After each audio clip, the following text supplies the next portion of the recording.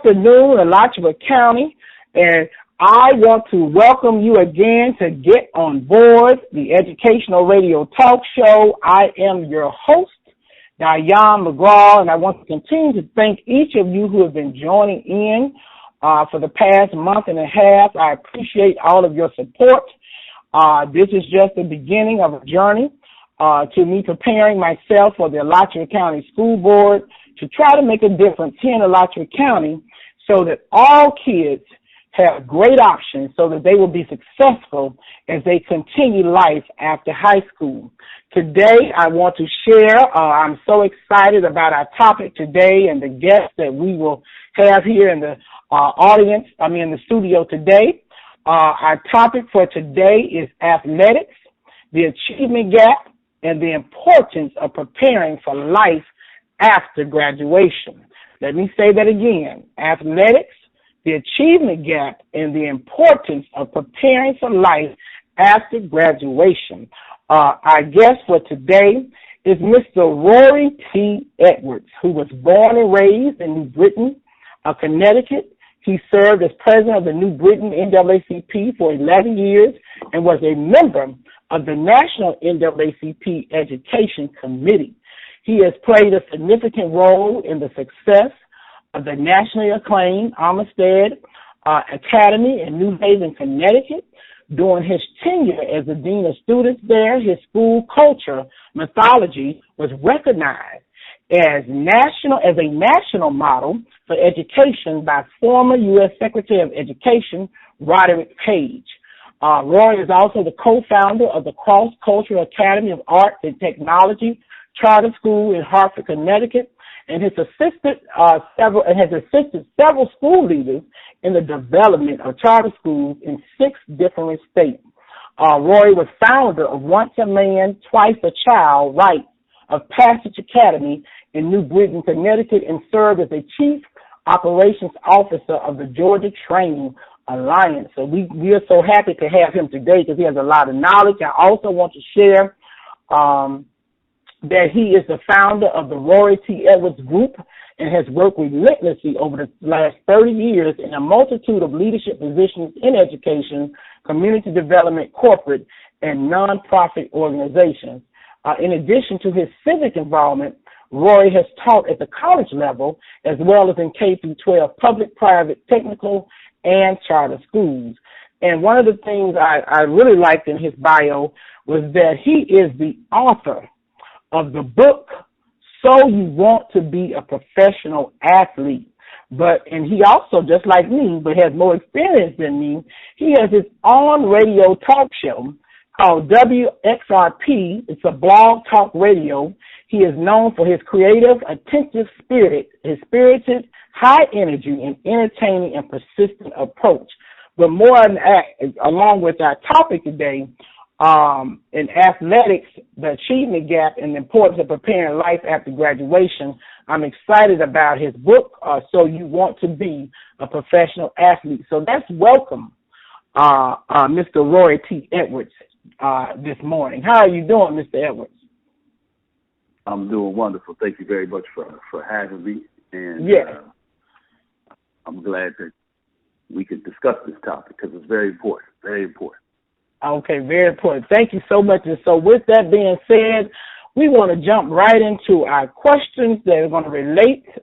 Again, audience, just want to remind you, athletics, the achievement gap, and the importance of preparing for life after graduation. So, Rory, my first question, because we know I've raised 3 children, all who have been athletes, and it's important because of all of the time and energy that not only with their academics, they spend a lot of time after school, practicing, sweating, trying to represent their schools. And so it's important that we make sure all of their needs are met. And that's another thing that's very dear to me about athletes, making sure they're supported. And so my first question I want to propose to you is I know you are an athlete, and I've worked with several prominent athletes, and you've worked with several prominent athletes to help them successfully transition to college or the pros.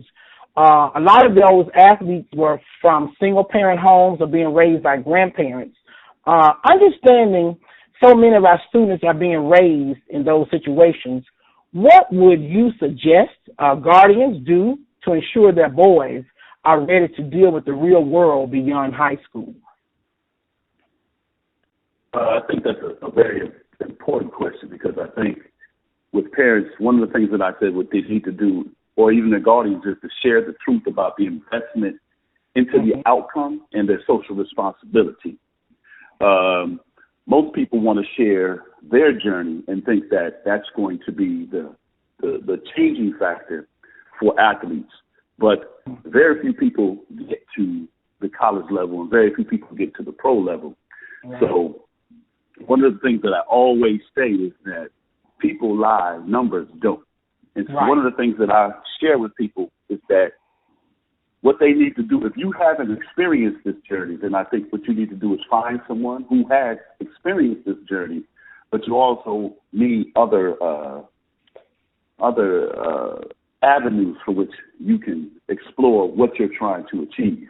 And what I always tell athletes is to read books written by successful athletes in their sports of choice and their life after sports. I tell people to watch documentaries on athletes and their journey. I say one thing you have to do is study their work habits, their play habits, and their routines. And for children who are in high school or middle school, I always say look for tougher competition to truly assess your development. Because so many people, they want to play at a lower level and they think they're good, but it's not who knows about you.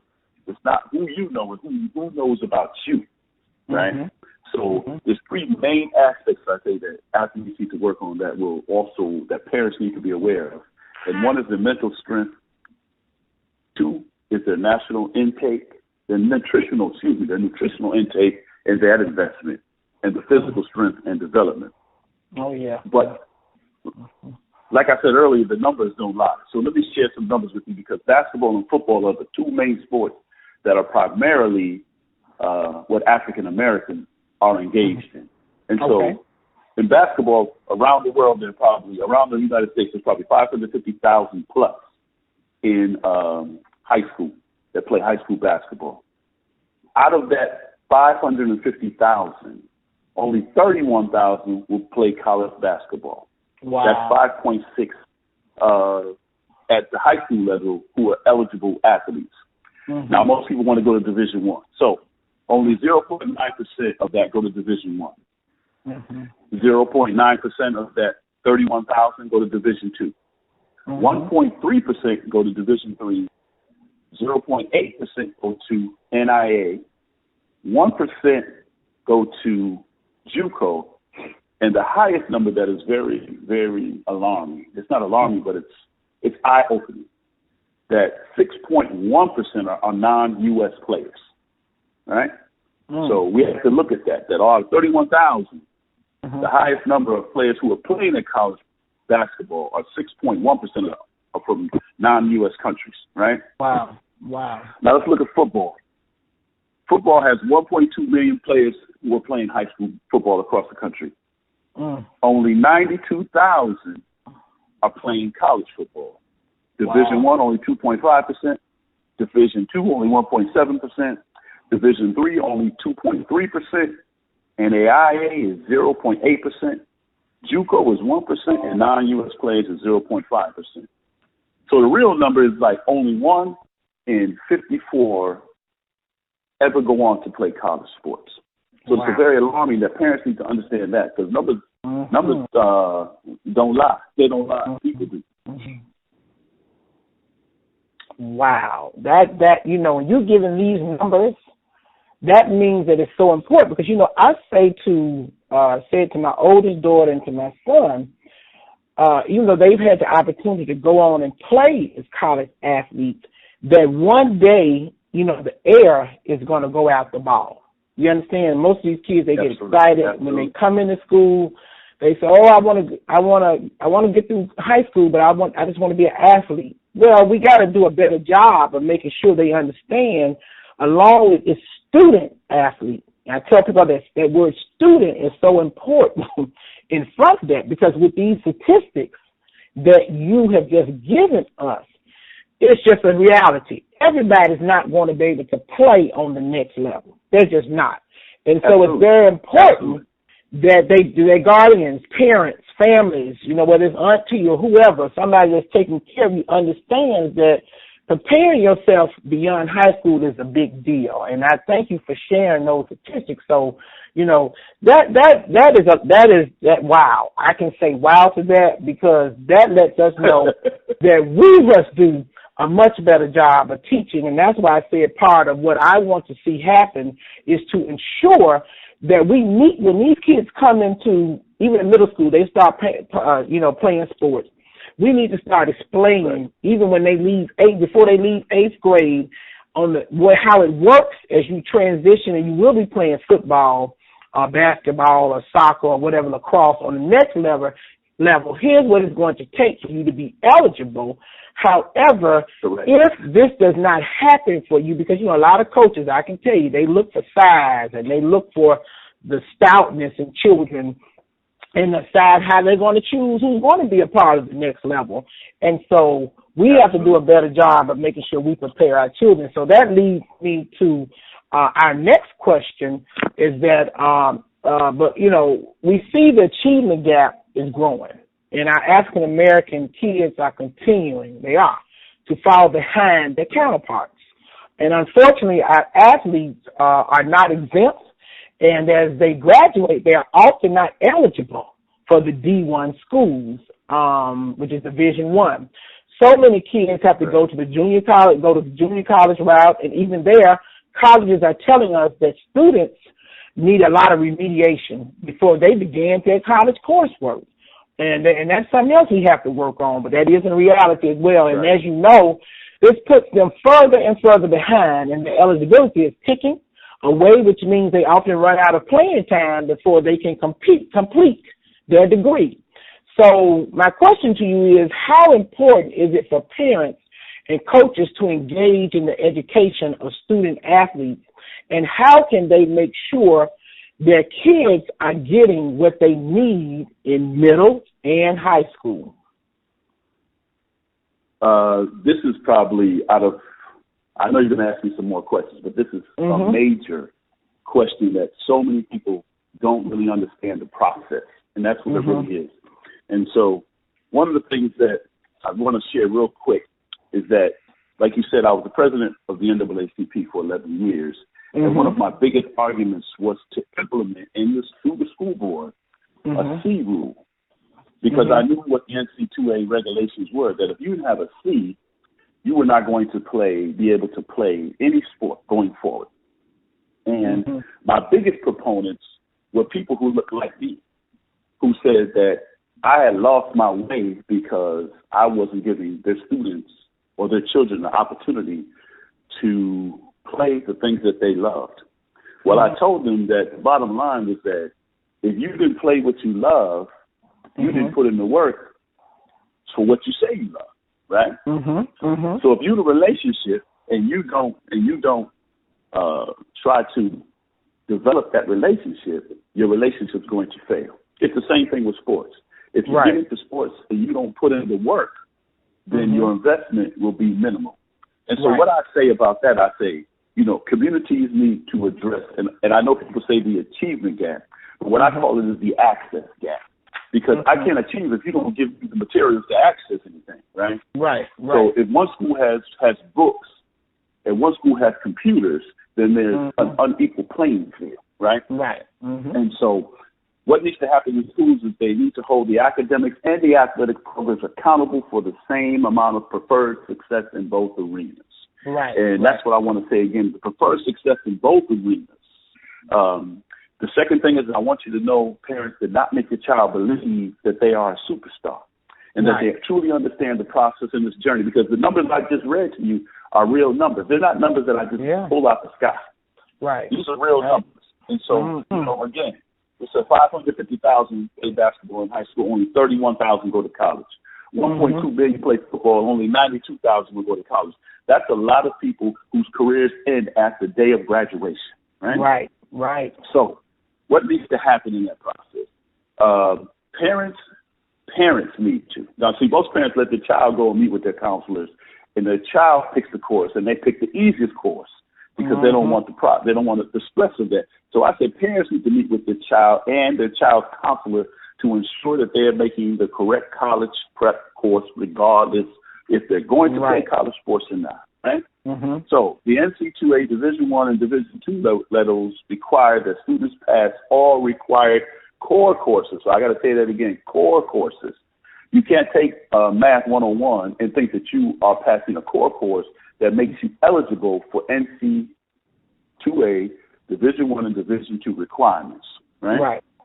So when should this start? This should start in 9th grade, because soon as students come in, they have so many courses that they have to take over that 4 years, and that's why so many of our students are going to junior college, because they're just taking courses that they feel I can pass, and they're not taking core courses that make them eligible for NC2A Division I and Division II requirements. Right. Now, for junior college, there's a system that's called the 2 to 4 transfer. Now, they have two different sets of rules in both Division I and Division II. One set of rules for qualifiers, the others is for non-qualifiers. Now, some people are going to say, what's a qualifier? What's a non-qualifier? Let me be real quick with that. To be considered a qualifier, you need to have registered with the NC2A Eligibility Center and have been certified then as an academic qualifier. Right. Generally, if you have attended junior college and graduated, you have to take a certain thing. You have to take a certain class. Now, what does that mean? You have to attend the 2-year college full-time for at least one semester or quarter. You have to achieve at least a minimum GPA of 2.0 and to complete on average of at least 12 transferable credit hours per full term of those 2-year courses. That's for a qualifier. Now, some people don't even know, well, I'm a qualifier. You're not a qualifier. You got to understand what the NC2A Eligibility Center has required you to be if you go to a junior college. Now, to be a non-qualifier, what you have to do is attend a 2-year college full-time for at least 3 semesters or 4 quarters, achieve a cumulative GPA at least 2.0, graduate from that 2-year college, and at least have 48 transferable credit hours at a semester school of 72 transferable credit hours a quarter, including, and this is the problem, I'm going to circle this back, this is the problem with them graduating out of high school, because they at least have to have 6 semester hours or 8 quarter hours of English and 3 semester hours or 4 quarter hours of math. Now, if you took those in high school, then you wouldn't have this problem. So what they're doing is repeating high school in junior college. And so what do? They get discouraged. And so they say, I'm not going to go on and fight that, because I've already taken this. You haven't. You haven't done it with your work in high school. So that's why you have to repeat that process. And most people get frustrated and they stop competing on the academic and the athletic side. Right. Because that's why it's so important that you have guidance counselors that are familiar with the athlete process and what is required for the next level. Because a lot of times students, and I'm just telling you what I've experienced, students, because even my own son was told he only needed 1 Spanish, since he probably wouldn't be going on to Division I. But if you have someone that's in the educational field telling them this, then and they don't have enough, take enough courses, for the core courses that they needed to get the scholarship. But we have people in our educational field telling kids that. And I think that's why it's so important that we start that process, meeting with the parents, making sure we have guidance counselors that are dedicated solely to our athletes. Oh my God, you got so much wealth of information, we got to keep on moving. Time is gonna run out of us soon. So this leads me to my next question. There's a lot of information out there that talks about how schools make millions on the talents of students who are not getting paid, and in many cases not doing well in school either. So what skills do you think athletes need in order to be successful in college, and how can the school system help prepare them? I think it's a very simple one. I try to make things as very simple as possible, because we as humans make the world complicated, but the process is very simple. I think if they had the proper support system and the value system through middle and high school, their college experience should be the system where they excel at navigating and developing their 20-20-40 system. And I'll tell you real quick what my 20-20-40 system is that I have a workshop that I do for athletes and it's called Mastering the Moment. And so when I talk to middle school students, I don't talk about high school, college, or the pros. I talk about how you successfully navigate through middle school. And once you learn how to successfully navigate through middle school, you'll be more prepared to go to high school.